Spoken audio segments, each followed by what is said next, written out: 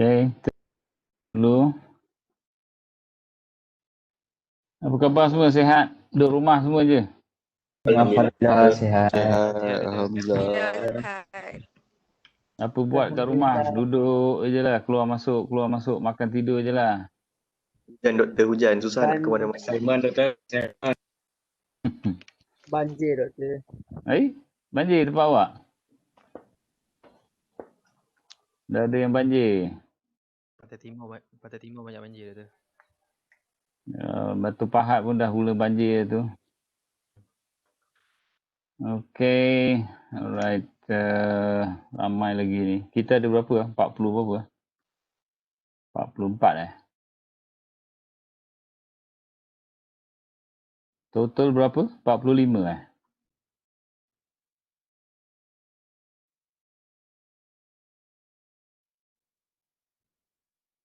Siapa tahu? Total kita ada berapa?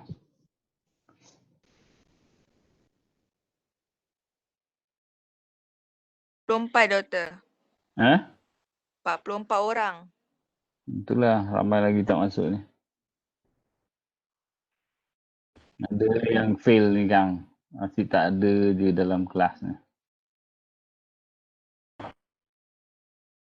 Ini kalau fail ni, subjek ni, kalau fail kerana kehadiran ni, you tak boleh ambil PSM 1 tau.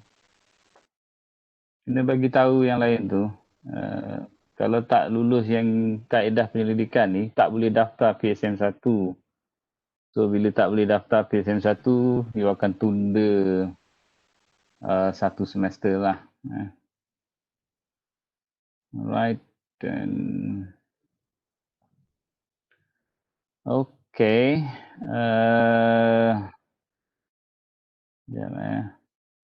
Alright, hari ini saya cuba share dengan you berkenaan dengan apa nama tu, apa yang saya dah minta you semak tu ya. And alright, hari ini saya cuba nak discuss sedikit berkenaan dengan macam mana kita buat literature review, and then macam mana kita buat apa nama pernyataan masalah, and then kita tuliskan dia punya research objective, research question, persoalan kajian, objektif kajian. Itu biasanya kita buat dalam bab 1. Tapi kalau saya punya cadangan, jangan lupa gunakan online e-pusat sumber tu untuk menyemak dan juga melihat kajian-kajian lepas yang berkaitan dengan pengajian bidang. Jadi ada tajuk-tajuk yang ada yang tanya saya apa semua tu, mana-mana yang saya sempat saya semak tu, you tengok sajalah, betulkan, and then upload semula dia punya pembetulan tu.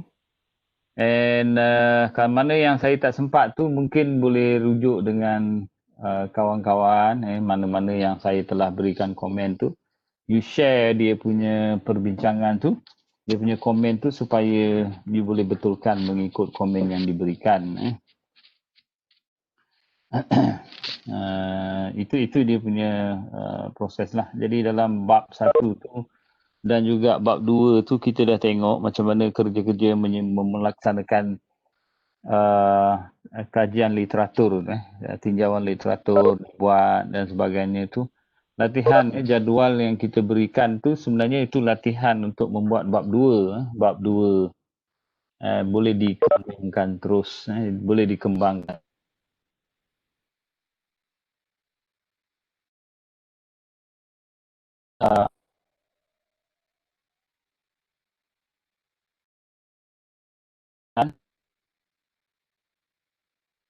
Gunakan jadual yang sama tu. Sebab tu saya cadangkan supaya tajuk-tajuk yang dipilih tu berkaitan dengan bidang kita. And lepas ini boleh diteruskan bila kita daftar PSM 1 nanti, so kita dapat teruskan. Okey, itu bab 1, bab 2. Selanjutnya nanti tinggal semak saja daripada contoh-contoh tesis yang lepas dan juga buku yang saya share tu. Hari ini saya nak cuba discuss berkenaan dengan reka bentuk kajian. Jadi bila kita cerita reka bentuk ni ialah macam mana cara kita akan melaksanakan kajian. That is yang kita maksudkan dia punya reka bentuk.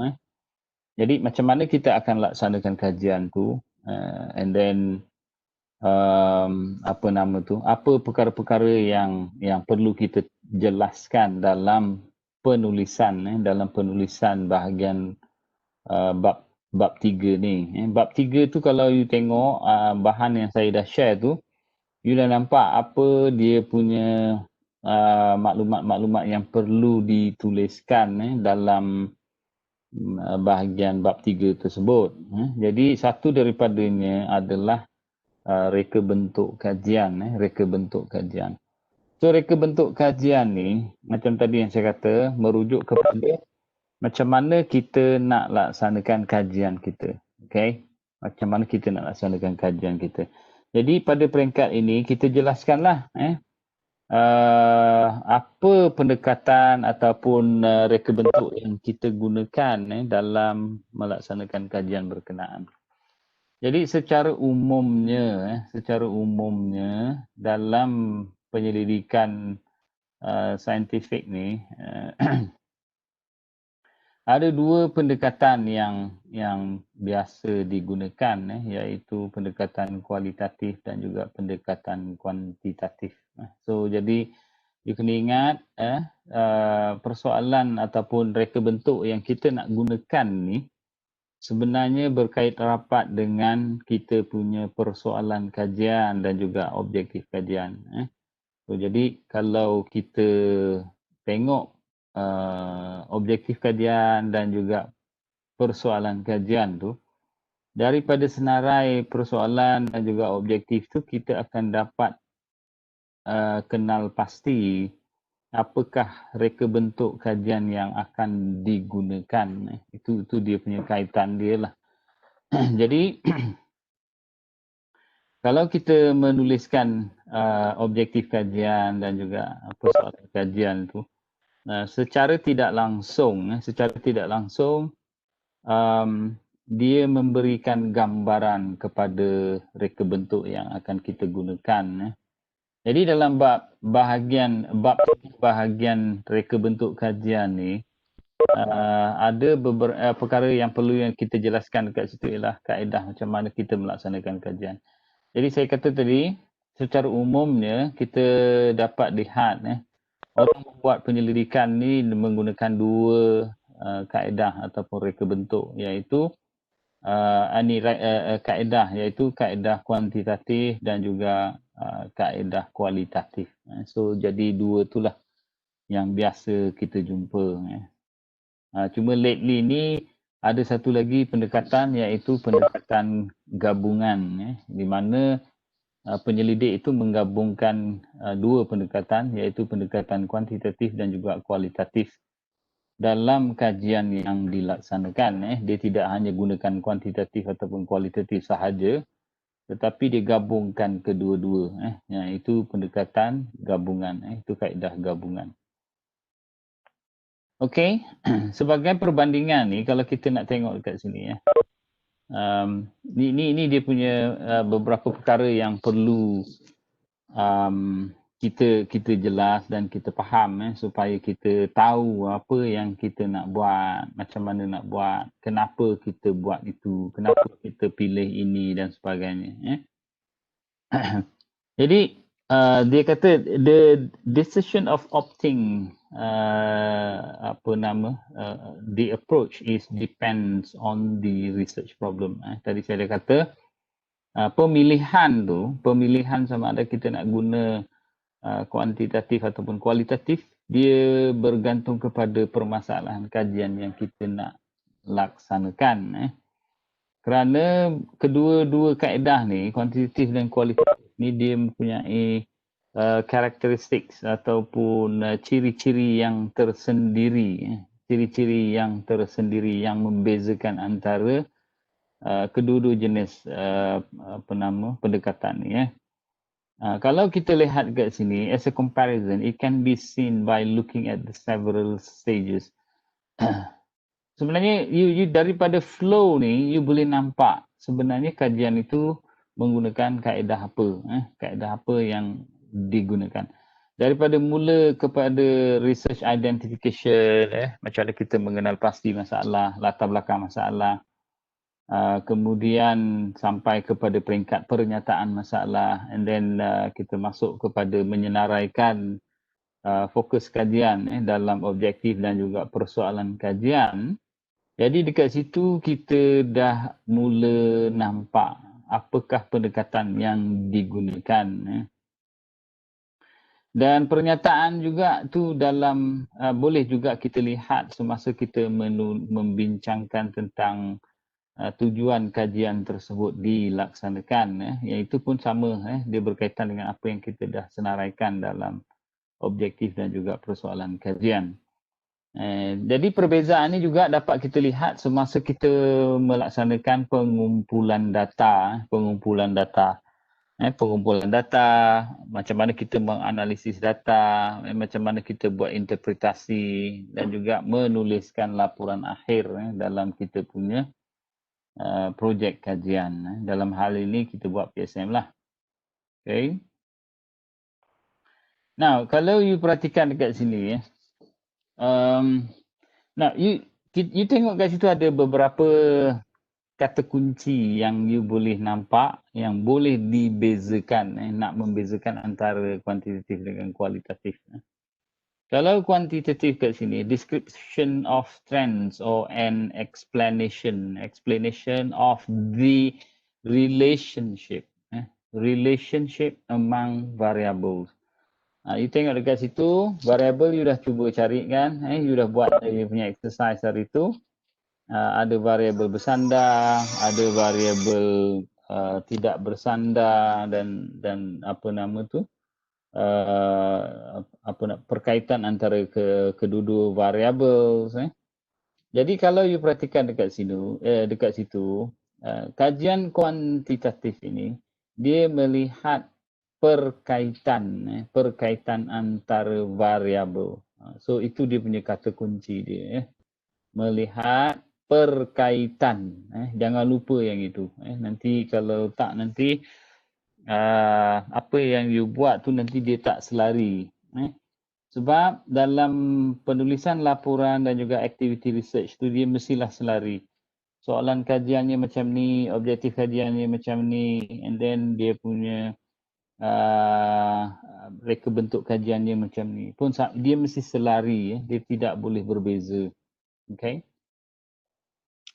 Now, itu dia punya kata kunci, melihat perkaitan antara variabel. Manakala kualitatif pula, dia melihat kepada penerokaan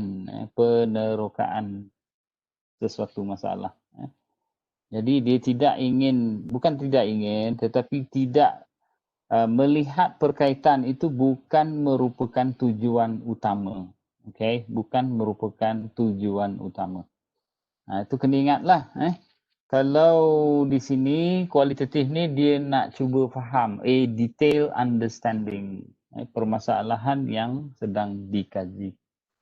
Jadi dua benda yang berbeza. Kalau kuantitatif tu dia melihat perkaitan antara variabel. Yang satu lagi kualitatif ni dia bukan kata tak tengok perkaitan, tetapi bukan merupakan tujuan utama untuk melihat perkaitan, kerana dia nak memahami, try to understand permasalahan yang berlaku. Okay.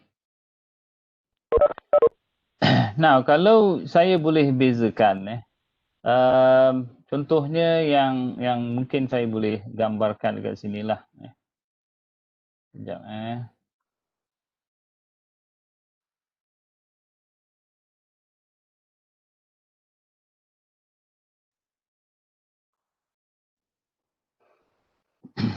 Okay, ni contoh dia punya tu ya. Nampak kan?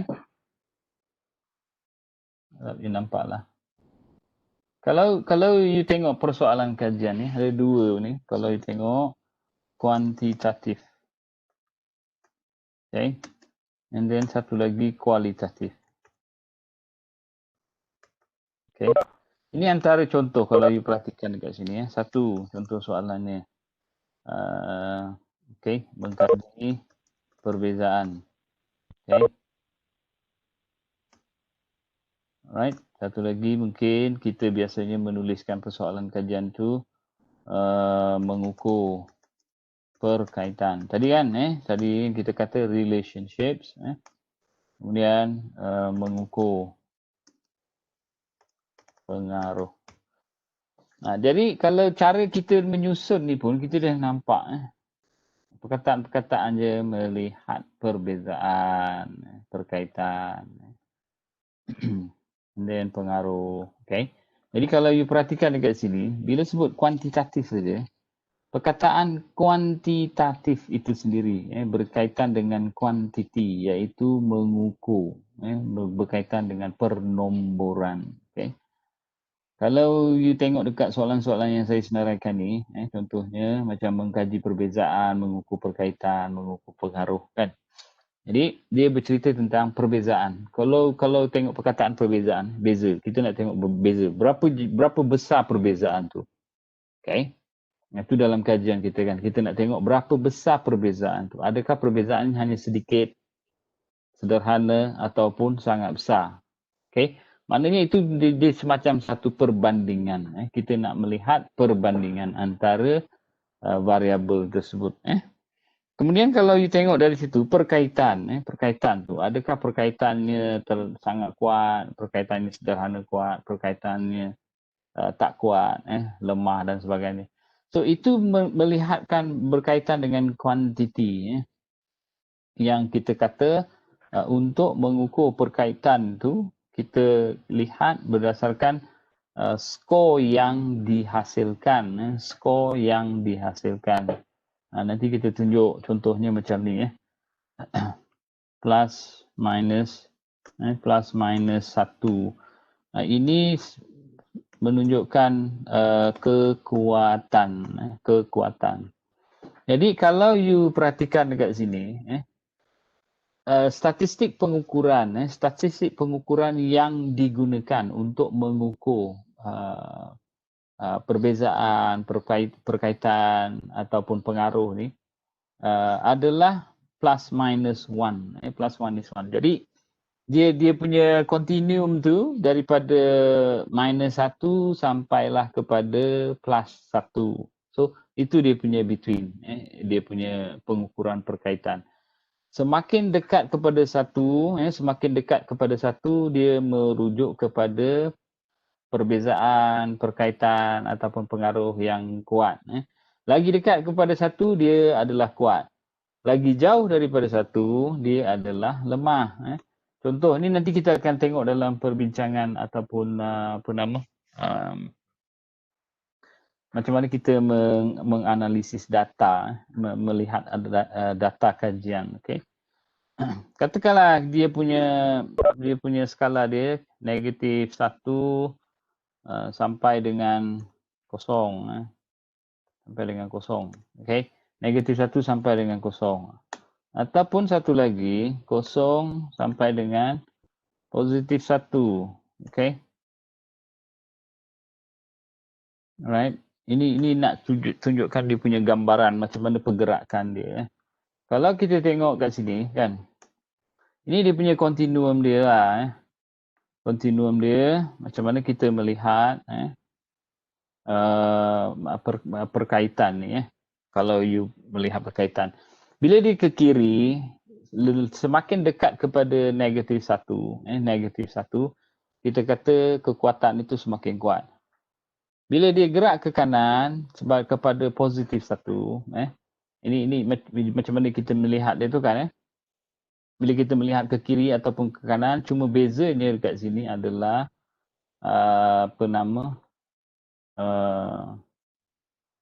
bezanya dekat sini adalah positif dengan negatif.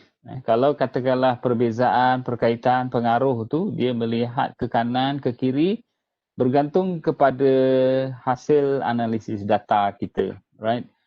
Sebab tu dia kata pernomboran. Dia menggunakan skala ataupun skor tertentu untuk menunjukkan kekuatan. Ini statistik, analisis statistik. Jadi kalau dia gerak ke kiri ke nombor 1, ini negatif 1, perkaitannya semakin kuat. Sama juga kalau dia bergerak ke kanan, perkaitannya juga dikategorikan sebagai kuat. Iaitu katakanlah kita kata nak mengukur, mengkaji perbezaan perkaitan dan pengaruh tadilah. Jadi skala inilah yang akan menentukan. Bila kita buat analisis, kita dapat. Cuma bezanya kalau dia bergerak ke kiri, perkaitannya bersifat negatif. Right?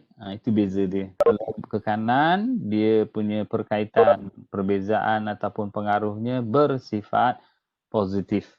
Positif. Jadi kalau you ni susah ni kat sini lah. Kalau saya ni pun bukan pandai sangat IT ni. Sebenarnya boleh tunjuk tapi kalau apa nama? Sekejap saya cuba cari dalam ni ada tak ya.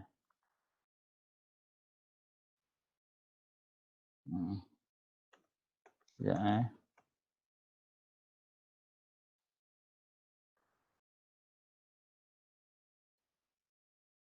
Nanti saya cuba upload beberapa video ke apa kan Sekejap saya cuba tengok kat sini ada tak. Okey, ni kalau you perhatikan dekat sini Saya ambil contoh sajalah A dan B ni Boleh nampak kan? Boleh nampak Okey, you tengok dia punya apa nama tu graf A dan B sebagai contoh. You tengok kalau hubungannya positif, ini dia punya line dia. Okey, line dia macam ni. Kalau hubungannya negatif, line dia macam ni. Okey. Ini nanti kita tengoklah dalam analisis data. Kalau kita boleh semak. Ini pun sama, you boleh tengok dekat sinilah. Ini kalau positif, kalau negatif, line dia macam ni. Maknanya, kalau kita boleh kaitkan, maknanya, sekejap apa beza positif dengan negatif ni? Maknanya, kalau apa nama Y ni tinggi, X akan tinggi. Right? Itu beza dia lah kalau yang positif. Y tinggi, X akan tinggi. Tapi kalau yang ini, you tengok dekat sini. Kalau Y rendah, ni apa ni? X. Y rendah, X akan tinggi. Bila Y tinggi, X akan rendah. Nampak tak dia punya perkaitan dia? Beza dia nak membezakan negatif dengan positif. Kalau positif, bila Y tinggi, skornya tinggi ni. Tinggi, X juga akan tinggi. Kalau Y rendah, X akan rendah. Tapi kalau you tengok yang negative relationship, perkaitan perhubungan yang negatif. Bila Y tinggi, X akan rendah. Okay, bila Y rendah, X akan tinggi. So itu dia punya line, along the line dia ni Line nak menunjukkan perkaitan. So bila kita rujuk kepada apa nama perkaitan ni, kadang-kadang kita terlepas pandang lah dari segi skor ni. Macam ada even pelajar pun dia kata ada perkaitan, tidak ada perkaitan kerana skornya katakanlah kosong, negatif 0.6. Dia kata tak ada perkaitan.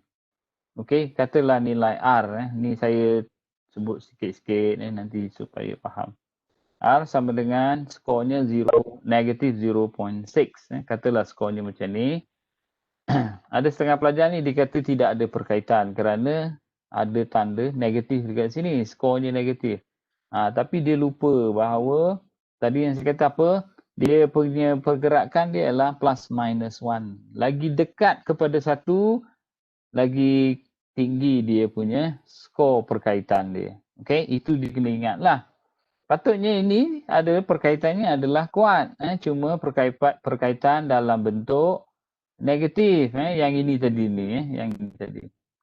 Okey. Mana tadi? Okay, patutnya dia akan baca yang ini, negatif ni. Ada perkaitan, tetapi perkaitannya bersifat negatif. Itulah dia yang perlu difahami. Okay.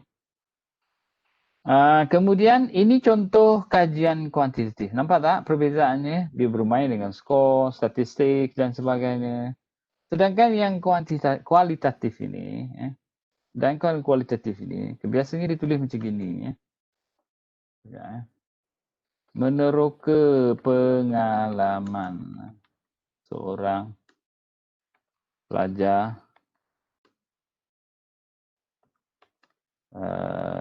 apa nama tu, cacat penglihatan. Okey. Kalau you perhatikan contoh ni lah meneroka pengalaman seorang pelajar cacat penglihatan semasa belajar. Okey. Alright. Katakanlah meneroka peranan ibu bapa dalam membantu anak-anak yang cacat penglihatan belajar. Nah, kalau you buat perbandingan dengan dia, you tengok dekat sini perbandingan dia. Kat sini you dah boleh nampak sikit-sikit lah apa nama dia punya perbezaan dia. Yang gini ni bercerita pasal nombor, sebab tu dia kata kuantitatif. Dan cara dituliskan, you tengok dia punya kata kunci dia, melihat perbezaan. Bezanya kuat sikit ataupun tak ada beza, dia benda macam tu. And then perkaitan, adakah kuat, sederhana ataupun tak kuat. Begitu juga pengaruhnya sangat kuat, sederhana ataupun tak ada pengaruh. So itu dia punya perkiraan dia. Dia nak ukur berkaitan dengan satu-satu analisis. Tetapi kalau you tengok yang bawah ni you perhatikan meneroka pengalaman seorang pelajar cacat penglihatan semasa belajar. So dia dah tengok perbezaan. Kemudian satu lagi meneroka peranan ibu bapa dalam membantu anak-anak yang cacat penglihatan belajar. So the same thing. Dia tak tengok perbezaan, dia tidak meletakkan analisis perkaitan, dia tidak meletakkan analisis pengaruh. Cuma dia lihat dari segi macam mana mereka itu belajar. Okay, itu sifat kualitatif. Nanti kita tengok satu-satu reka bentuknya macam mana. Jadi di sini dia tidak bercerita pasal nombor, dia tidak bercerita pasal skala statistik. Skala statistik. Jadi itu yang kita nampaklah. Jadi jangan lupa kalau kita memilih ataupun permasalahan kajian kita itu bersifat kualitatif, sebenarnya dia dah nampak semasa kita menuliskan objektif kajian dan juga persoalan kajian. Daripada situ dah nampak. Kalau kita tulis contohnya objektif tadi, mengkaji perbezaan. Persoalannya, adakah terdapat perbezaan? Ini dah tahu dah. Reka bentuknya akan reka bentuk kuantitatif. Boleh ingat tak? Ingat Tapi kalau dia punya objektif ataupun persoalan kajiannya dituliskan dalam macam ni, okay? Ini kita dah tahu dah reka bentuknya akan bersifat kualitatif. Jangan silap. Ni biasanya selalu pelajar silap. Dia tengok yang tulis yang ini, tapi bila dia tulis pada bahagian reka bentuk, dia tuliskan kajian kualitatif.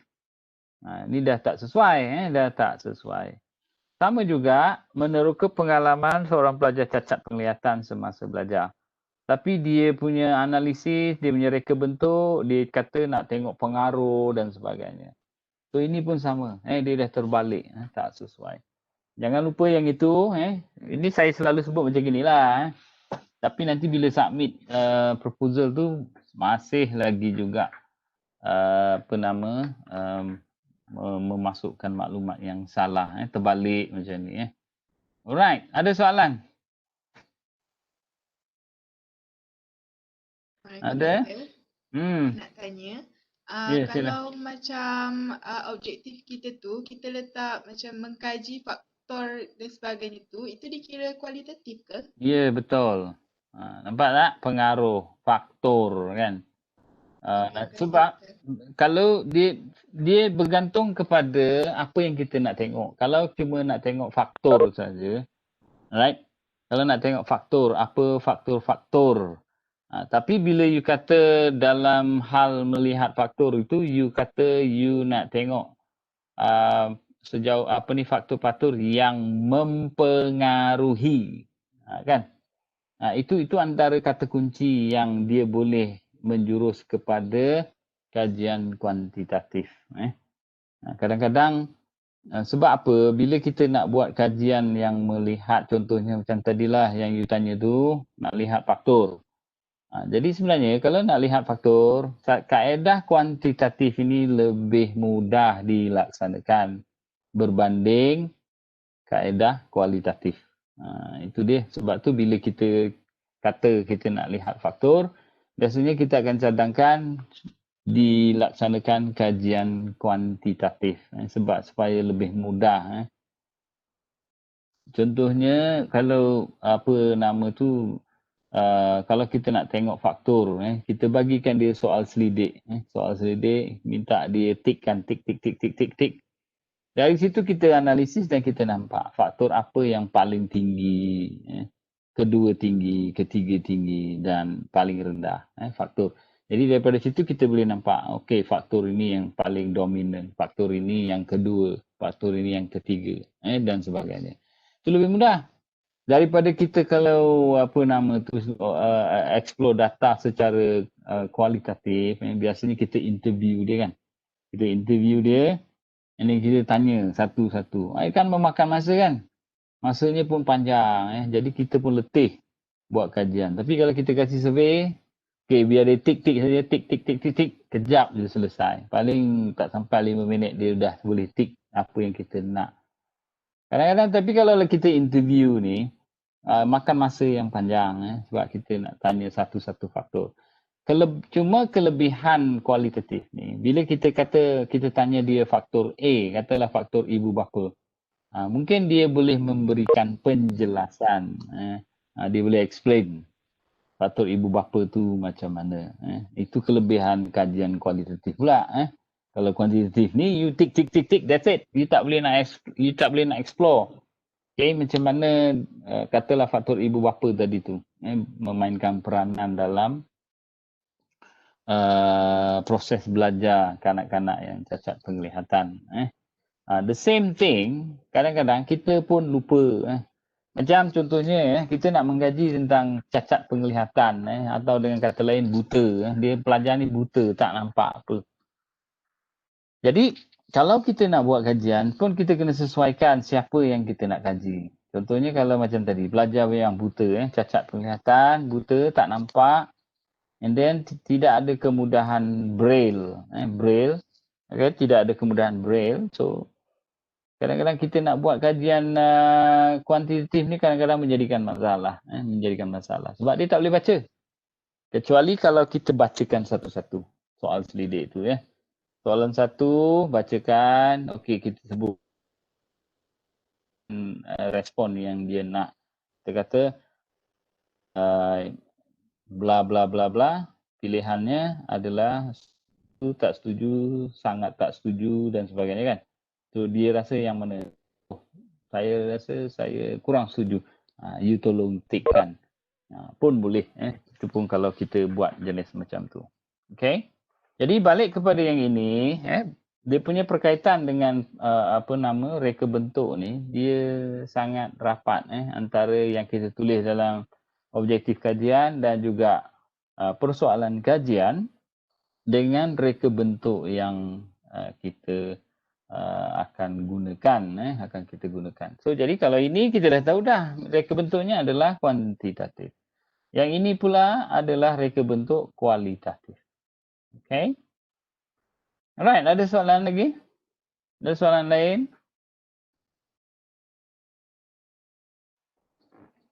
Jadi saya harap tolong baca buku yang saya dah bagi itu. Siapa yang dah baca dah? Siapa yang dah baca banyak buku tu ataupun hanya baca tajuk saja? Ada siapa yang berani sebut? Siapa yang dah baca banyak? Doktor kalau baca Dalam sikit proses. boleh? Itulah dia saya kata tadi. Dalam proses. Tak habis-habis dalam proses membaca. Doktor nak tanya kalau kuantitatif saya macam 2 tu macam saya guna mempengaruhi boleh ke? Tapi depan dia kata Itulah. kunci dia lain.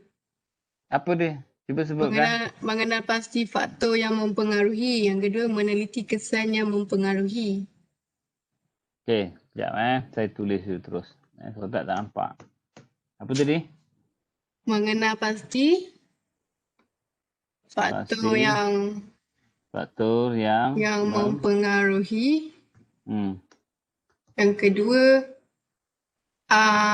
meneliti Okey, 2. Sekejap. mengenal pasti meneliti kesan yang mempengaruhi.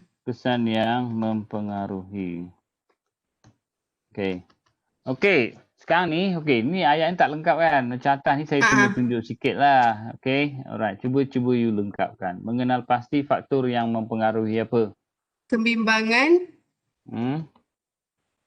Kebimbangan siapa? terhadap pelajar yang mengikuti pembelajaran sains sukan secara atas talian. Okey, baca balik. Sekejap Kebimbangan terhadap tengok awak punya bahasa BM awak macam mana huru hara ke tak huru hara. Right. Mempengaruhi kebimbangan terhadap dalam kalangan pelajar yang mengikuti pembelajaran sains sukan secara atas talian.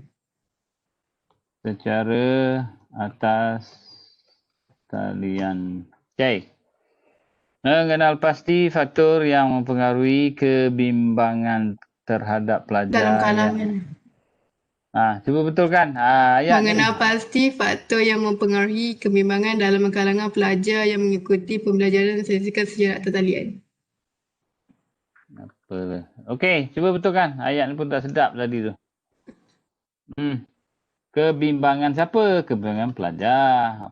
Susah kan? Mempengaruhi kebimbangan pelajar yang mengikuti pembelajaran sains sukan secara atas talian. Okey. Lepas tu, yang ni? Sama juga. Apa ni yang sama? Kebimbangan pelajar yang mengikuti. Sama atas bawah tu sama yang saya copy. Macam tu. Meneliti kesan yang mempengaruhi kebimbangan. Ni apa benda ni? Kesan apa? Kalau ini jelaslah kita nak tengok. Kesan kebimbangan. Sebelah dia pun kebimbangan juga. Faktor yang mempengaruhi kebimbangan. Kenapa mempengaruhi kebimbangan? Ni dah ada mempengaruhi kebimbangan. Ada 2 kan? 2 benda yang you nak tengok. Jadi sekarang ni kesan daripada apa? Kesan daripada kebimbangan ke kesan daripada belajar ke atas talian ke macam mana? Jadi antara persoalan yang you boleh kemukakan dekat sini, yang you boleh fikirkan. Satu ni jelaslah. Mengenal pasti faktor yang mempengaruhi kebimbangan pelajar yang mengikuti pembelajaran sains sukan secara atas talian. Ini mungkin you kata apa? Kesan apa? Kesan pembelajaran, contoh macam inilah. Pembelajaran, kesan apa dia mesti kena sebut.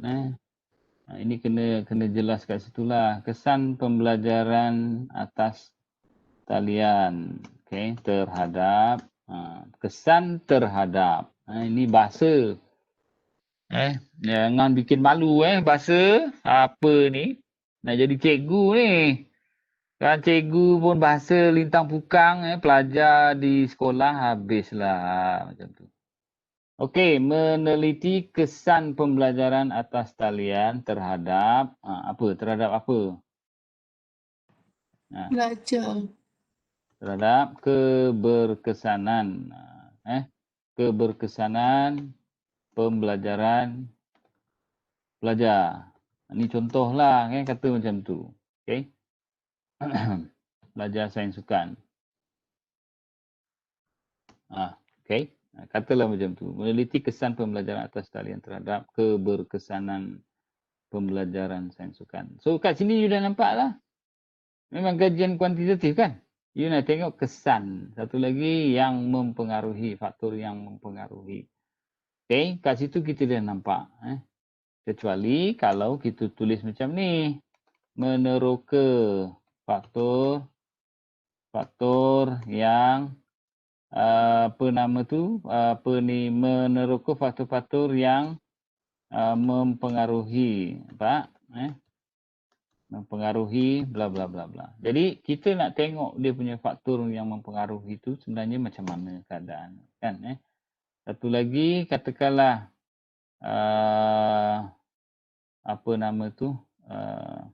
pembelajaran, meneroka pembelajaran atas talian. Okey, meneroka permasalahan, katalah macam ni pembelajaran atas talian bla bla bla bla. Jadi kalau you perhatikan antara yang membezakan kat sini, you tengok. Yang dua ni nampak jelas You nak tengok dari segi kuantitatif, secara kuantitatif. You nak tengok efek dia, efek. Sebab bila sebut efek ni, dia bercerita tentang kuat tak kuat. Okay?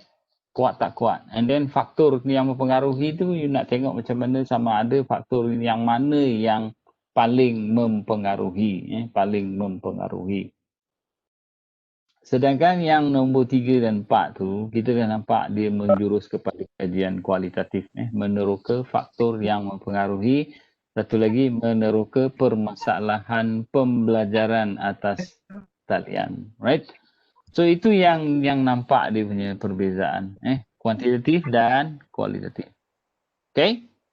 Alright, ada lagi?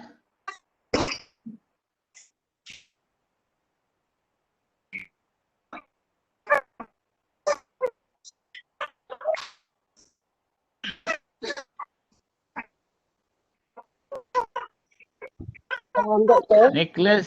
Yes, Nicholas. Kalau nak tanya, boleh tanya. Kalau tak, off kan dia punya mic tu. Yes, siapa tadi?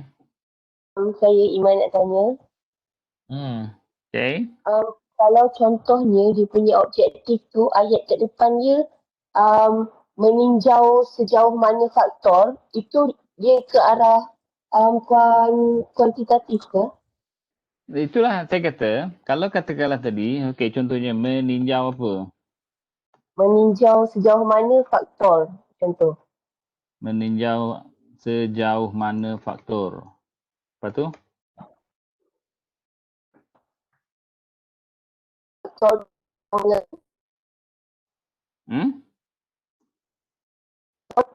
dorongan penglibatan belajar. Dorongan penglibatan pelajar. Lepas tu? Terhadap aktiviti fizikal terkesan ke atas proses pembentukan personaliti pelajar. Apalah pening-pening sangat ayatnya ni. Aduh, hai. Ayatnya panjang tapi huru hara. Okey, meninjau sejauh mana faktor dorongan penglibatan pelajar. Bila ada perkataan sejauh mana, faktor dorongan. Ini dorongan siapa? Dorongan penglibatan pelajar terhadap aktiviti fizikal terkesan. Siapa yang dorong? Kan ayatnya tu, tengok betul-betul siapa yang dorong. Meninjau sejauh mana faktor dorongan. Dorongan apa? Siapa yang dorong? Macam tu. Siapa? Dorongan siapa? You kena tengok macam tu. Ayat tu bila you baca mudah nampak. Ini kalau you tengok macam ni. Dorongan ibu bapa. Contoh. Meninjau sejauh mana faktor dorongan ibu bapa mempengaruhi penglibatan pelajar terhadap katalah ni sains sukan. Terhadap sukan. Kan senang ayatnya. Nampak kat situ kan? Jadi ayatnya itu biar nampak variabelnya, pemboleh ubahnya supaya nampak kat situ. Kalau tak nanti tak nampak, you yang susah. You nak buat apa pun you tak tahu. Kalau kat sini you dah nampak. Faktor dorongan ibu bapa. Right? Faktor dorongan ibu bapa. Maknanya ni lah dia yang you nak tengok. Dorongan ibu bapa. Dalam mempengaruhi penglibatan pelajar terhadap sukan kan. So you nak tengok macam mana ibu bapa tu dalam proses dia mempengaruhi pelajar untuk terlibat dalam aktiviti sukan. So itu antaranya lah yang contoh yang saya rasa mungkin you kena fikirkan supaya you nampak kajian you nak tengok apa. Ini mempengaruhi penglibatan. Boleh secara kuantitatif, boleh juga secara kualitatif, tak ada masalah. Bergantung kepada macam mana kita nak explore benda tu. Okay, kalau kita nak explore melalui interview, dia akan menjadi kajian kualitatif. Kalau kita melalui soal selidik, ada analisis statistik, dia akan menjadi kajian kuantitatif. Kajian kuantitatif. So macam itulah dalam membezakan dia. Alright, ada lagi tak? Ada soalan lain? Jadi you tengok kepada dia punya description kat sini. You nampak kat sini lah. Macam mana dia membezakan. Satu, explanation of the relationships. Kalau dia kata relationship tu perkaitan lah. Tapi contohnya kalau katakanlah mempengaruhi. Macam mana dia mempengaruhi. Kuat tak kuat pengaruhnya tu. Then dia pergi ke situ. Tapi kalau yang ini pun you perhatikan untuk memahami ataupun meneroka permasalahan yang dihadapi. Sekarang ni kita tahu pelajar tidak terlibat dalam aktiviti sukan, tidak terlibat dalam aktiviti sukan. So kita nak tengok macam mana ibu bapa pengaruh dia. So kalau kita interview dia, kita explore dia melalui temu bual, so kita dah nampak lah kajian itu akan bersifat kualitatif. Tapi kalau kita nak tengok perkaitan dengan skor-skor statistik, dia punya analisisnya dan kita dah tahulah dia akan menjurus kepada kajian kuantitatif. Alright. Okay, ada lagi?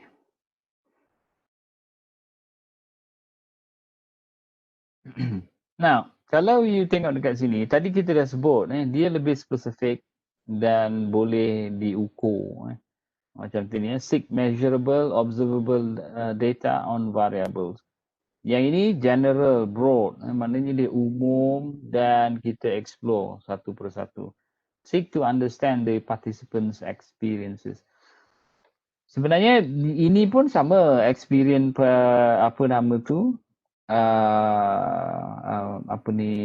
participants. Tetapi digunakan dalam bentuk yang lain. Kalau contoh macam ni yang ini memahami pengalaman participant. Cuba tengok yang ini Kalau saya tunjukkan apa beza dia. Yang tadi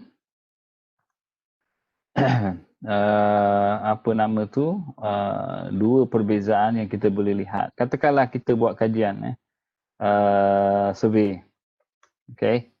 Kita buat survey kepada 250 orang pelajar. Okay. 250 orang pelajar. Daripada 250 orang pelajar, sekarang ni kita nak melihat pengaruh. Katalah kita nak tengok pengaruh. Okay. Pengaruh galakan ibu bapa. Ini contoh Boleh tengok contoh ni. Pengaruh galakan ibu bapa. Okay. Bila sebut pengaruh galakan ibu bapa, satu kaedah yang kita boleh buat survey. Soal selidik. Kita gunakan soal selidik. Alright, soal selidik. So kita buat survey kepada contohnya 250 orang pelajar. Daripada 250 orang pelajar itu, datanya bila kita dapat, kita analisis, kita nak ukur, kita nak ukur daripada 250 orang tu, berapa peratus, contohnya lah, berapa peratus yang berapa peratus ibu bapa, ataupun mudahnya macam ni, peratus ibu bapa yang menggalakkan. Ini kita nak tengok. Katakanlah daripada 250 orang, 250 orang 200, ini kita tanya kepada pelajar kan, 250 orang pelajar. Jadi 200 pelajar mengatakan ibu bapa galakkan. Okay. Alright. Manakala 26 orang tidak menggalakkan, selebihnya 24 tidak pasti. Contoh macam kan Jadi cuba kira 200 bagi dengan 250 darab 100. Berapa persen? Peratus yang menggalakkan? Cuba kira. Seorang? Ni 200 orang aja yang kata ibu bapa dia galakkan. 26 tak galak, 24 tak pasti. Okey, 200 berapa persen? Daripada 250 orang tu. Dapat tak? Dah. 80. Berapa? 80% doktor. 80%. Alright. Okey, yang 26?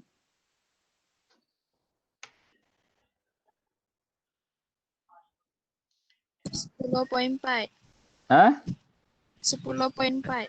10.4%. Okey, yang 24? 9? 0.6. 9.6. Okey. Jadi bila you tengok data ni, kan, bila you tengok data ni, kita boleh katakan 80% pelajar mengatakan bahawa ibu bapa menggalakkan mereka dalam bersukan. Ni tadi kan meninjau sejauh faktor dorongan ibu bapa ni galakkan ibu bapa dorongan. Okey. Dia dorong, okey, dorongannya. Jadi 80% ibu bapa pelajar mengatakan ibu bapa mereka sentiasa mendorong untuk terlibat dalam sukan. Sedangkan 10.4% tidak menggalakkan dan 9.6% dia pun tak pasti. Mak bapak dia entah sebut, suruh, tak suruh pun dia tak pasti. Jadi kalau you tukarkan kepada peratusan ni kepada percentage, kepada skor kekuatan, 80 divide by 100 dia akan jadi 0.8. Jadi nilai R-nya dari segi perkaitannya 0.8 di 80 divide by 100 kan sama dengan 0.8. Ingat tak tadi apa yang saya kata? Dari segi kekuatan perkaitan tu, semakin dekat ke satu, perkaitannya semakin kuat. Positif. Jangan lupa. Bukan positif dulu. Ini memang skornya positif, tetapi jangan lupa prinsip dia tu Lagi dekat dia ke satu, lagi kuat dia punya perkaitan. Mungkin dia akan positif ataupun negatif lah. Itu bergantung. Tetapi jangan lupa skor tu bila dia dekat kepada satu ataupun negatif satu ke positif satu ke, as long dia dekat kepada satu, dia perkaitan dia semakin kuat. Okay? Itu dia punya cerita. Kita nak tengok konsensus. Itu yang dikata konsensus keseluruhan. Konsensus keseluruhan. Jadi apa yang kita boleh kata, kajian kita ni menunjukkan ibu bapa sentiasa memberikan galakan ataupun dorongan kepada pelajar-pelajar untuk terlibat dalam sukan, di mana skor kekuatannya, skor perkaitannya adalah 0.8. 0.8. Itu dia punya cerita dia. Kalau you perhatikan dekat sini, yang biasanya yang kita tengok adalah dekat sini 80% kan, 0.8 tadi kan dia punya skor dia. Dan kita tak perasan yang ini. Alright, kita tak perasan yang ini. Ini yang biasanya berlaku lah. Kita tak perasan yang ini. Maknanya kita nampak, majoriti ibu bapa menggalakkan ataupun memberikan dorongan. Sedangkan dalam keseluruhan 250 orang ini, Ada yang tidak menggalakkan. Alright? Ada yang tidak menggalakkan. Jadi kalau sebab itu bila bila dia kata macam ni to understand the participants' experiences. Okay? To understand the participant experiences. Apa pengalaman mereka, pengalaman mereka. Jadi kalau you perhatikan dekat sini, yang contoh yang kita berikan tadi ni, kat sini kita tak nampak dia punya pengalaman sebenar, cuma kita berdasarkan skor. Tapi kalau contohnya, kalau kita nak bawa yang ini, okay, kita nak bawa yang ini kepada satu analisis ni,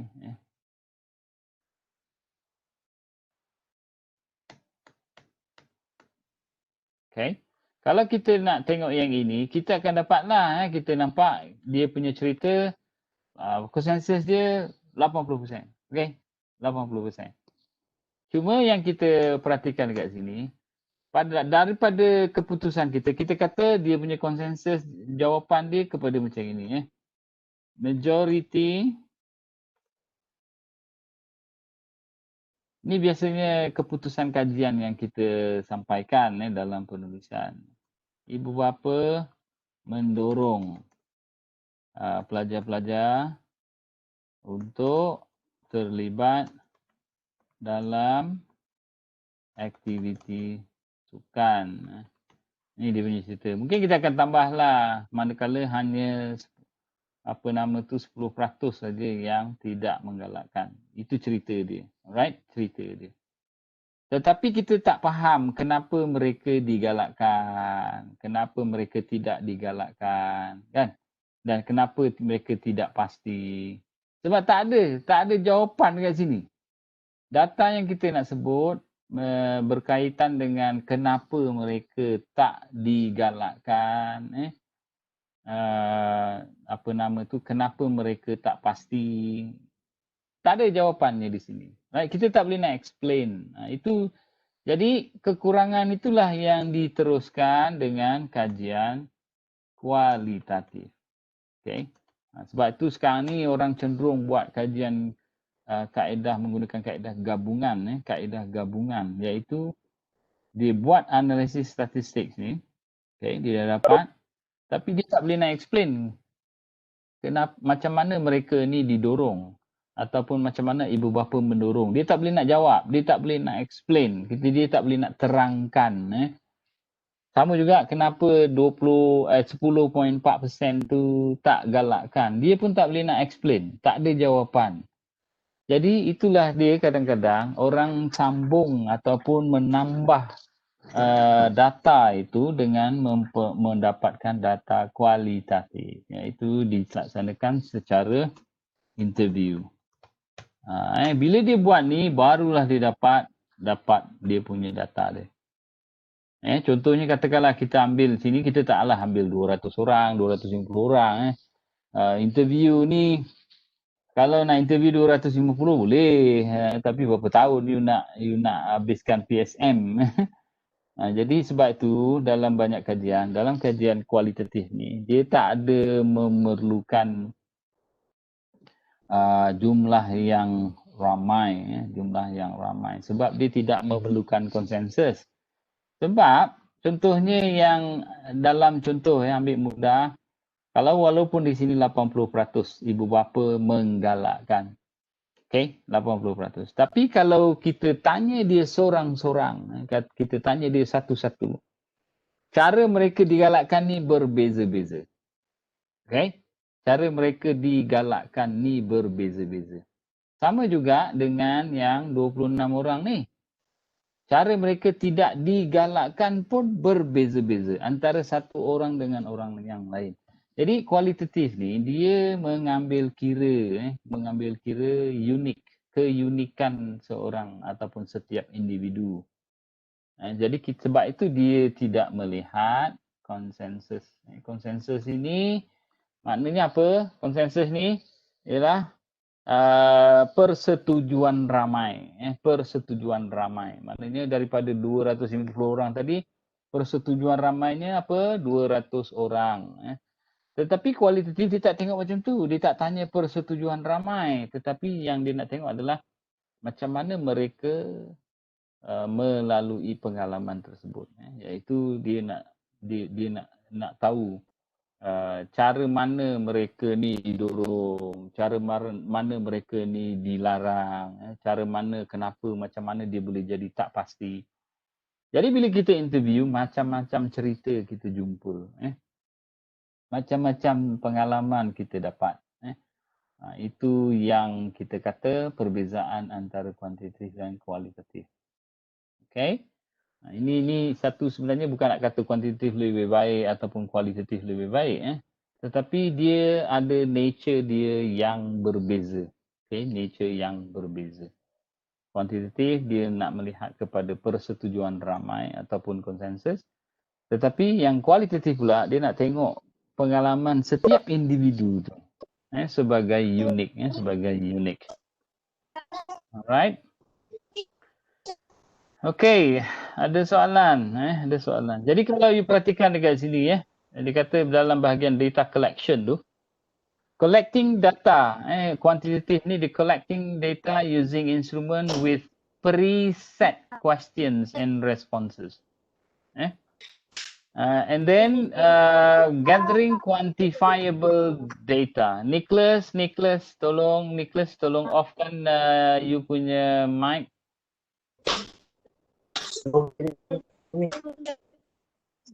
Boleh seorang text Nicholas dia punya mic tu.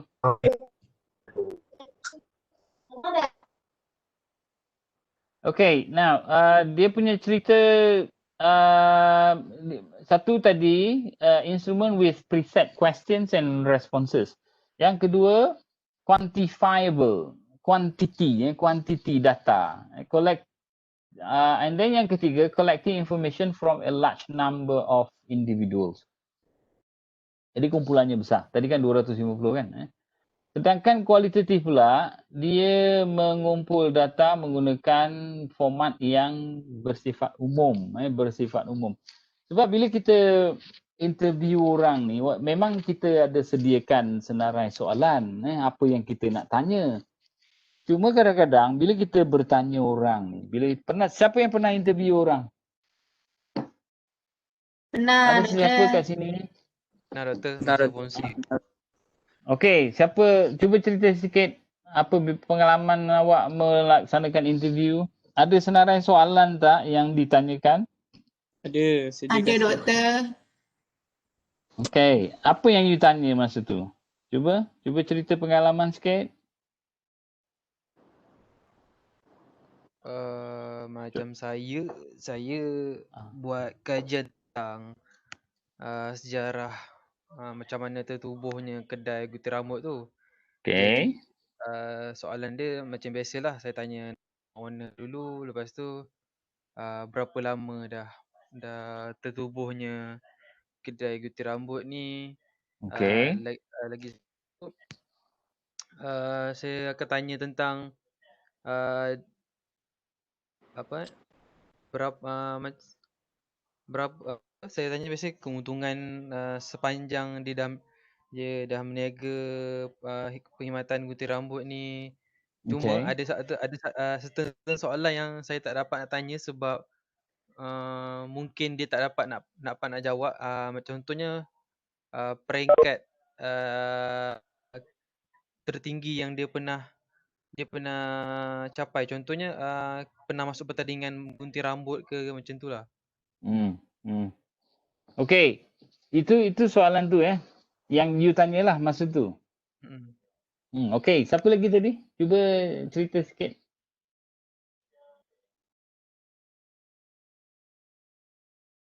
Siapa tadi?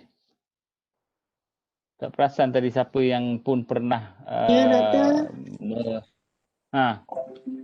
Cuba cerita sikit apa yang you interview, apa yang you tanya. Dulu saya kaji pasal toko. Jadi toko pendidikan. Jadi saya interview cikgu saya sebab dia cikgu cemerlang toko cemerlang, selalu dapat pingat yang guru cemerlang tu. So macam biasa tanya pasal nama, umur. pengalaman belajar, mengajar dulu dia cukup sambung belajar kat mana sambung. Lepas tu saya Lagi? tanya pasal antara pencapaian yang dia dapat. Tapi kebanyakan doktor tu dia dah siap dia punya segala pencapaian, segala dia punya maklumat. Dia terus hantar saya by telegram. Okey. Lain? Apa soalan lain? Kebanyakan soalan saya tanya-tanya, banyak soalan pencapaian, keluarga, dia punya anak dia berapa, macam mana dia boleh jadi seorang tukang cemerlang, apa ciri-ciri yang perlu ada. Macam tu lah doktor. Tadi ingat tak yang saya sebutkan, kalau soalan yang kita tanya, contohnya macam yang you tanya tadi, yang berdua tadi lah. Mungkin yang lain-lain pun pernah melaksanakan interview. Tapi soalan-soalan yang kita tanya tu, berapa umur, tahun bila buka, and then apa nama tu, berapa keuntungan, kalau keluarga tu berapa anak, isteri dan sebagainya tu kan, ciri-ciri. Jadi soalan-soalan tu sebenarnya kalau untuk lebih mudah sebenarnya tak perlu interview pun. Kita bagi saja satu checklist kan. Dia guna checklist tu kita tanya je. Okey, tahun bila buka? 2006. Tak. Ini berapa modal? Tak. Kemudian sewa berapa? Tak. Apa keuntungan ni? Berapa keuntungan dia? Tak. Tik. Jadi tak perlu interview panjang lebar. Okay?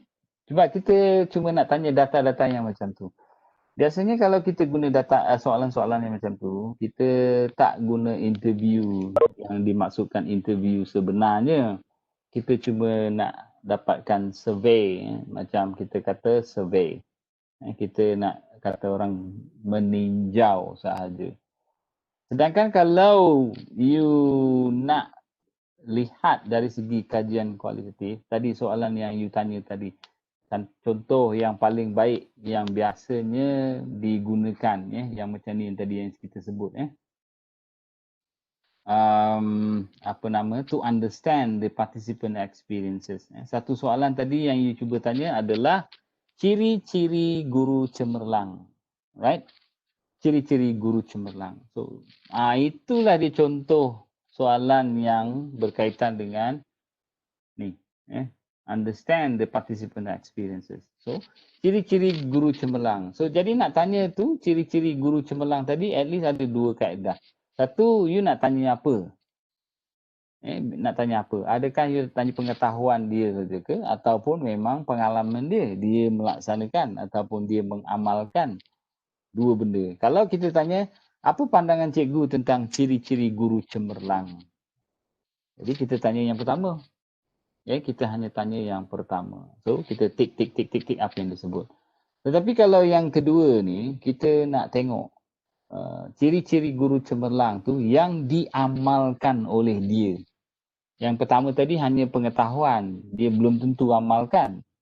Tetapi yang kedua ni, bila kita tanya dalam sesi interview, kita tanya secara detail berkenaan dengan ciri-ciri guru cemerlang yang diamalkan. So itu beza dia. Kalau you perhatikan dekat sini. Jadi kalau you balik kepada yang ini, you nampaklah. You tak tanya pun pasal konsensus. Tapi yang sini yang you tanya adalah macam mana seorang individu itu melalui proses kehidupan dalam topik yang sedang kita kaji. Tadi mungkin kita kaji tentang guru cemerlang. So itu antaranya yang boleh kita gunakan untuk membezakan antara kuantitatif dengan kualitatif. Okay? So dua benda. Satu, yang perlu ditengok tadi, cara mana data itu dikumpul antara kuantitatif dan kualitatif. Dan seterusnya macam mana dianalisis. Okay. Now, kalau you perhatikan dekat sini, you nampak tadi saya dah sebut statistical analysis. Analisis statistik. Nombor. Inilah dia tadi antaranya. Ini analisis statistik. Okay. Itu yang kita kata statistical analysis. Data analysis tends to involve describing trends, comparing group differences, ataupun relating variables, menghubung kait antara variabel. Dan interpretation tends to consist of comparing results with prior prediction and past research. So jadi ini yang kita akan laksanakan. Biasanya kita laksanakan dalam kajian kuantitatif. Data-data yang kita buat tu, yang kita dapat dianalisis ataupun dihasilkan dalam bentuk data-data statistik. Sama ada kita nak tengok perbezaan ke, perkaitan ke, pengaruh ke, semuanya berdasarkan kepada analisis statistik yang kita hasilkan.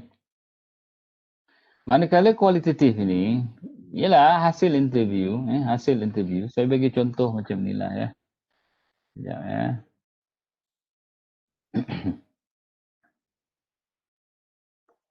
Ini contoh apa nama kajian yang menggunakan interview. Ini contoh yang hasil interview yang dilaksanakan. Okay. Jadi ini interview. You bayangkan, mana ada cerita pasal apa nama data statistik? Tak ada. So ini hasil interview. Kita tanya, dia memberikan jawapan. Ini yang kita hasilkan. Ini satu contoh kajian yang dilaksanakan di Marlborough College. Tahu Marlborough College kat mana? Siapa tahu Marlborough College kat mana? Tak ingat doktor kat mana doktor, tapi pernah pergi doktor. Dekat Nusajaya sana kan?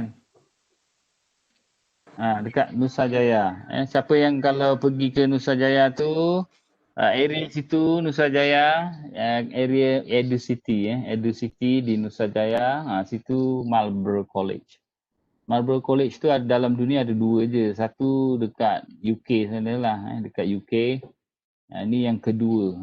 Sekolah yang pertama, Marlborough College yang pertama yang yang dibina di luar UK. Itulah dia Marlborough College.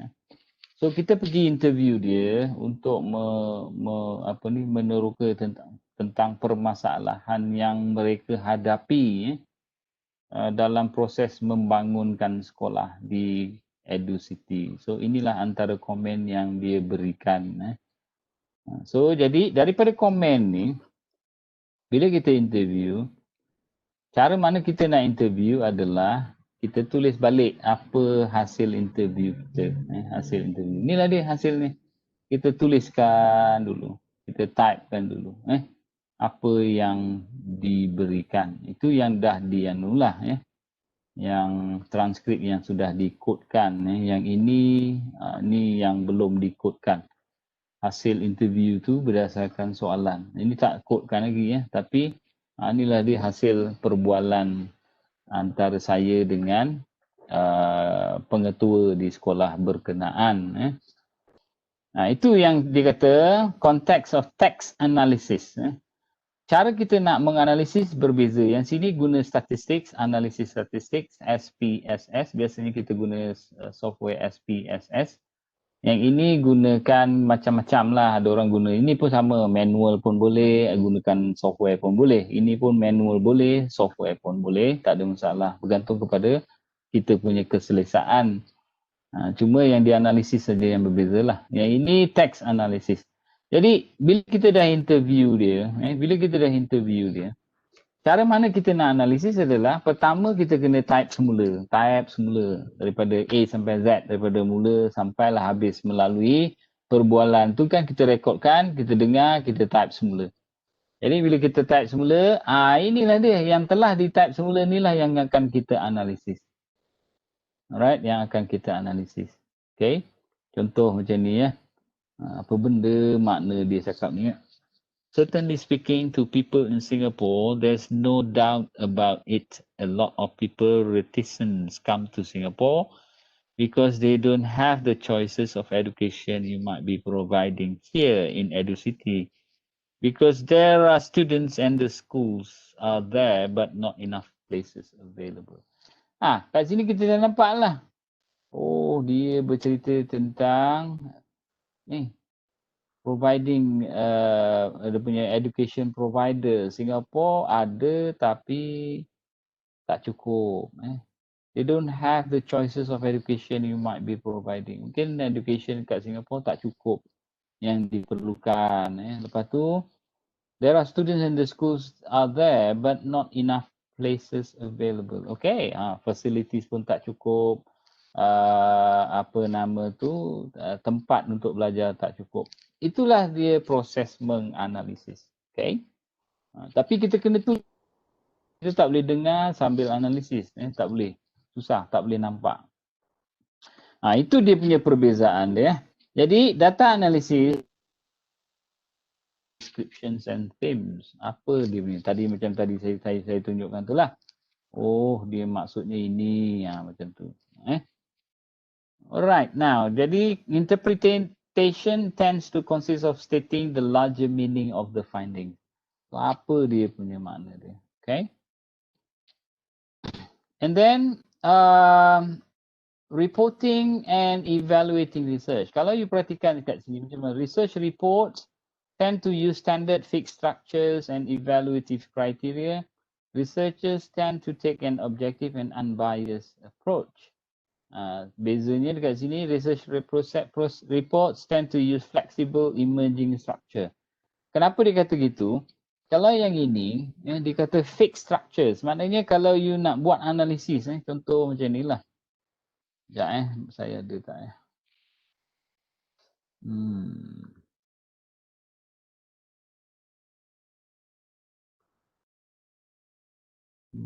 Okay. Sekejap. Saya cuba dapatkan data kalau ada.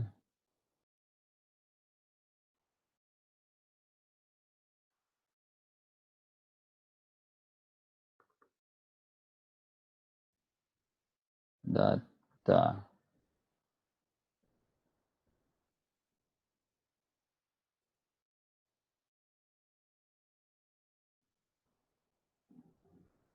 Ini satu contoh lah yang saya kata data statistics menggunakan software. Sekejap saya tak keluar lagi ni.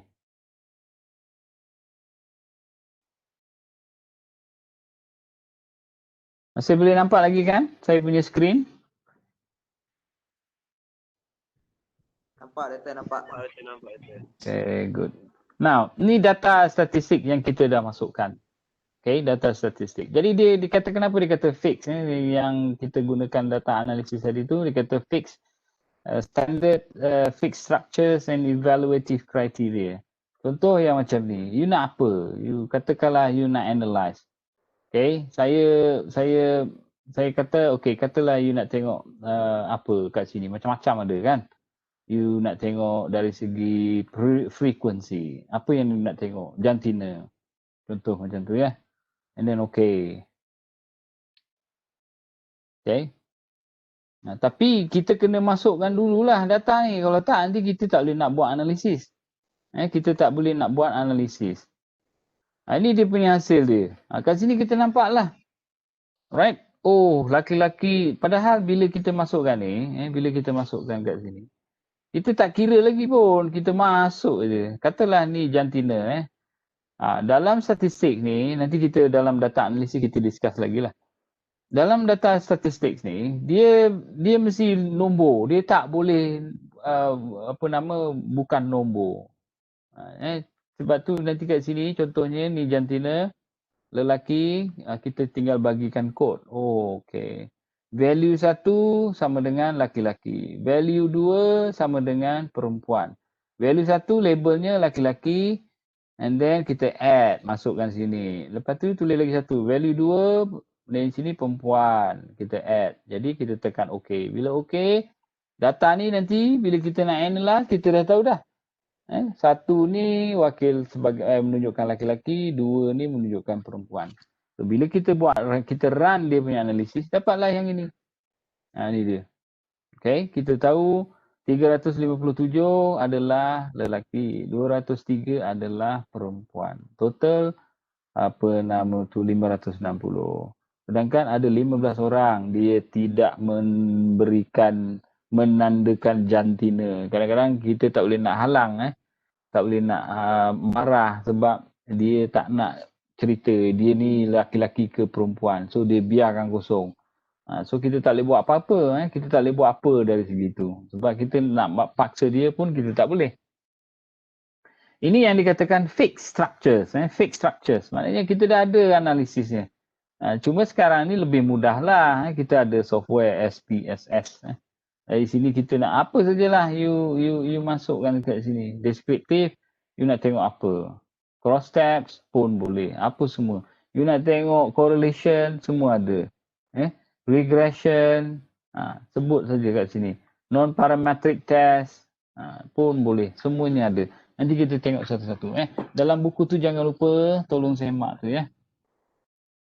Sedangkan yang ini yang tadilah yang saya tunjukkan contoh ni ya. Dia tak ada fix. Mana boleh fix macam ni? Sebab kita kena baca satu-satu. Okay, ini orang yang pertama. Kalau kita tanya orang yang kedua, orang orang lain, mungkin dia punya jawapan ni walaupun kita tanya soalan yang sama, dia memberikan jawapan yang berbeza.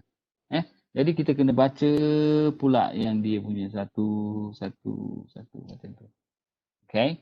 Now, that is how kita kata dia punya perbezaan. And then kalau yang ini, sekejap oh tak ada pula kat sini Saya ambil kat sini.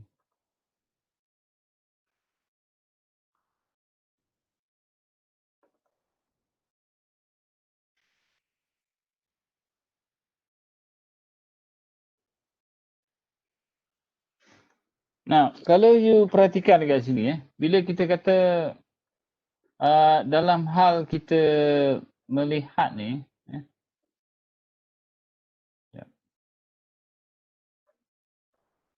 ni kita compare research process ni, kat sini kita boleh nampak lah. Okay. Ini contoh dia macam mana perbezaan dia. Kiri dan kanan. Kiri itu kuantitatif, kanan tu kualitatif punya characteristics. Okay, steps in research process. Kalau peringkat identifying research problem, apa yang kita buat? Okay, kuantitatif macam mana dia buat, kualitatif macam mana dia buat. Kemudian reviewing the literature. Reviewing the literature, apa yang kita buat? Ni kualitatif, yang kiri ni kuantitatif. Macam mana kita proses kita buat. And specifying a purpose. Specific, narrow, tadilah general, broad dan sebagainya. Collecting data, predetermined instrument, numeric, numbered data, large number of individuals. Yang ini general, emerging form, text ataupun image data, number of individual adalah kecil, small number of individual. Analisisnya macam ni. Statistical analysis, trend, bla bla bla. Yang ini text, analysis, thematic development, larger meaning of finding. Right? Reporting, standard, fixed. Yang ini flexible. Kadang-kadang kita tak boleh nak agak apa pengalaman orang sebab pengalaman orang berbeza-beza. Contoh, cara you masuk ataupun you belajar semasa peperiksaan. Okay? Peperiksaan. Katalah you dapat nilai yang sama. Muhaimin dapat markah 78, Cukur dapat 78 ataupun 79. Beza cuma satu markah sajalah. Aiman dapat 80. So perbezaan 78, 79, 80. Okay? Dia punya pencapaian tu lebih kurang samalah. Maknanya statusnya adalah A minus kat situ. 80 saja dah pergi A. Tetapi kalau katakanlah tadi 77, 78, 79 dalam kategori A minus. Cuma kita akan, bila kita tengok dari segi skor A minus iaitu 77, 78, 79. Kita kata apa nama tu, mereka ini dalam kumpulan yang sama iaitu pencapaian yang sama. Tapi cara mana mereka mencapai pencapaian berkenaan sebenarnya adalah berbeza antara satu sama lain. Itu kelebihan kualitatif lah. Kalau kuantitatif tadi dia tengok terus 78, 79 dan 77. Okay, itu skornya. Dan dia boleh kata 79 itu lebih baik daripada 78, 78 itu lebih baik daripada 77. Macam itulah lebih kurang. Tetapi kalau dari segi kualitatif, dia akan explore seorang-seorang, dia tengok macam mana dia dapat 79, macam mana dia dapat 78 dan macam mana dia dapat 77, perbezaan dekat situ. Daripada analisis interview tu barulah kita nampak kenapa dia dapat 77, kenapa dia dapat 78 dan kenapa dia dapat 79. Ini dia punya idea dia lah. Sebab tu dia kata flexible and emerging. Sedangkan yang ini standard and fixed. Okay, ada soalan? Kalau tak ada, ini dia punya reka bentuk lah. Saya ulang balik tadi, kalau you boleh perhatikan kat sini. Biasanya kita identify ada dua kat situ. Satu kuantitatif, satu lagi kualitatif. Dan ada lagi satu dengan menggunakan kedua-duanya sekali, iaitu kaedah gabungan. Right? Kaedah gabungan. Satu kaedah kuantitatif, satu kaedah kualitatif dan satu lagi pendekatan gabungan, kaedah gabungan. So itulah dia reka bentuk kajian yang biasanya kita gunakan dalam melaksanakan kajian. Okay, ada soalan? Tak ada? Ada tak? Kalau tak ada, saya sekejap ya.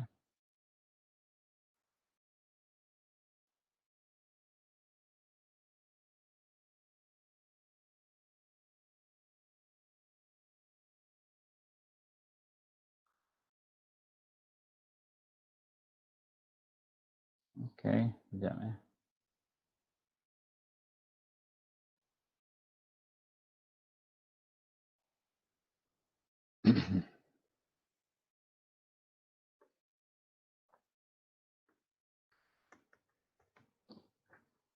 Doktor, QR code ada dekat e-learning ke? Untuk attendance? Tak, saya tak masukkan situ, kat sini je. Sekejap Okey. Ini dia awak punya section. Ni dia.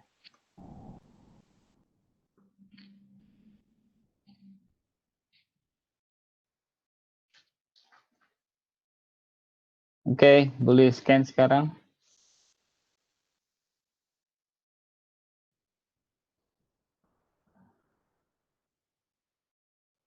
Cuba nanti ingatkan kepada kawan-kawan lah ya. Sebab dari segi kehadiran ni, dia ada dua keadaan lah. Satu, kehadiran berkenaan dengan syarat. Syarat kelulusan ataupun syarat akademik, iaitu perlu memenuhi 80% kehadiran. 80% kehadiran. Syarat yang kedua, yang tadi saya kata kehadiran ni adalah peluang untuk berbincang semasa dalam kelas. Jadi kalau kita tak datang, maknanya mungkin kita banyak terlepas pandang. Sebenarnya ni banyak kali berlaku lah. Pelajar dia tak attend kelas dan banyak yang dia tak tahu. Banyak yang dia tak tahu. Bila dia tak tahu, dah jadi masalah. Especially dalam tugasan kumpulan. Manakala yang pertama tadi tu, biasalah kalau tak cukup 80%, maknanya bukan fail tetapi dia bar daripada peperiksaan akhir. Peperiksaan akhir tu dah 40%. Kalau di bar tak boleh ambil 40% tu, so markah penuh hanya 60. Ini pun saya rasa saya dah terangkan dulu ya. Okay, so ingatkanlah antara kamu, antara awak semua ni, ingatkan antara satu sama lain supaya sentiasa beringat. Jangan sampai macam kelas-kelas yang lepas ni ada juga kadang-kadang attendance tak cukup, markahnya rendah. Itu biasa berlaku. Cuma saya tak haraplah benda tu berlaku dalam kelas ini. Okay. Alright, siapa lagi belum? Silakan. Cepat sikit.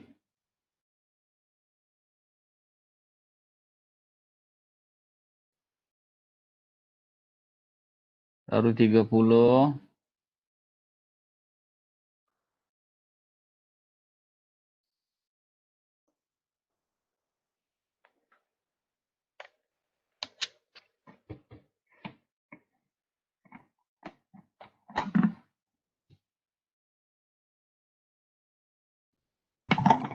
Doktor work from home ke? Office. Tak boleh, saya kat rumah nanti banyak baring dari duduk. Jadi saya work from office. Tapi tak tahulah awak suka kat rumah ke dekat campus ke. You prefer kat mana? Campus ke kat rumah? Dia mewakili semua sebulat suara rasanya di kampus Doktor. Memanglah campus ni you dapat bergerak. Sambil belajar boleh bergerak, and then bergerak dari satu tempat ke satu tempat. Taklah duduk depan kamera, depan laptop ni. And then you boleh belajar banyak sebenarnya. Belajar, sebab pembelajaran ni bukan hanya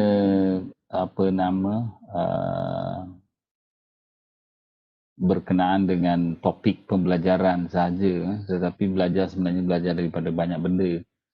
Bila kita duduk dalam kelas, kita belajar tentang sosialisasi, belajar tentang sikap, belajar tentang menghormati orang lain. Apa yang kita tengok, apa yang kita dengar, itu sebenarnya kita belajar. Kita belajar menjadi seorang yang baik. Sebab target kita nak jadi apa? Nak jadi apa? Apa kita nak jadi? Itulah kita punya end matlamat yang terakhir. Itu sebab kadang-kadang orang lupa dia nak dapat A, anugerah dekan dan sebagainya, tapi dia lupa sebenarnya. Okay? Kenapa dia perlu belajar? Belajar ni sebenarnya nak jadi orang saja, nak jadi hamba Allah, nak jadi hamba Allah yang baik. Okey, cepat. Apalah lambat ni? 33 baru, ada apa tu, ada 12 lagi. Dah belum? Siapa yang belum ni? Ada yang ada masalah ke untuk scan QR code ni?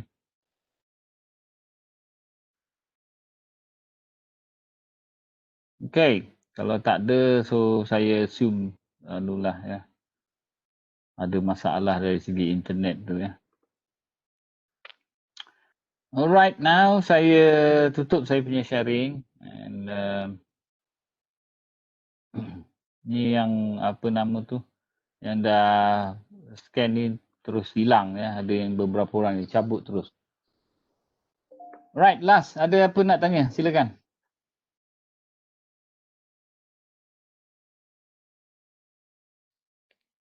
Kalau tak ada, saya ucapkan terima kasih banyak. Dan jangan lupa tugasan yang saya sebut tu, tugasan apa nama tu, submission jadual tu, jangan lupa last 30 hari bulan kan, saya setkan situ 30 hari bulan lah. So cuba submit kat situ, jangan tak submit. Nanti kalau tak, nanti saya nak semak pun susah, tak ada apa yang saya nak semak.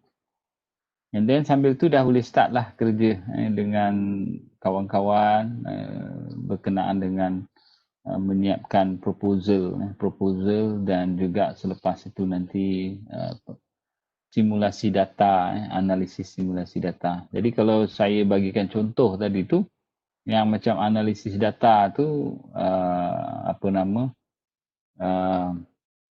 sebagai contoh yang boleh kita fikirkan. So, okay. Sama juga macam saya sebutkan pada kelas-kelas yang lepas, jaga diri baik-baik, sentiasa jaga mengamalkan SOP dan jangan ambil mudah, sebab kerana ambil mudah tu yang kadang-kadang bukan masalah kena sakit tu, masalahnya penyakit tu dia semakin merebak. Itu yang jadi susahnya itulah. Cuma kita belajar aja lah daripada hikmah ada sakit ni. Mungkin satu hikmah yang kita tak tahu. Pelan-pelan kita belajar jadi manusia yang baik. Okay, so saya stop setakat tu untuk hari ni. And nanti ada tambahan ke? Yes. Doktor, saya nak tanya, yang dekat tinjauan literature yang dekat e-learning tu, ada 2 forum. Yang mana satu yang kami perlu masukkan tu? Kan saya suruh masukkan. Bila you dah masukkan, saya boleh semak. Bila saya dah boleh semak, you dah boleh perbaiki. Itu tujuan dia.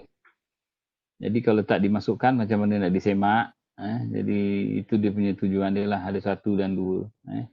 So, 1 tu kami tak masukkan dekat disemak. yang 1 dululah. Okay. Alright. Alright, kalau tak ada, so terima kasih banyak. Jaga diri baik-baik. Nanti apa-apa maklumat tambahan saya akan maklumkan dalam grup WhatsApp. Okay, so terima kasih semua. Okay, doktor. Terima kasih. Terima kasih doktor. Doktor.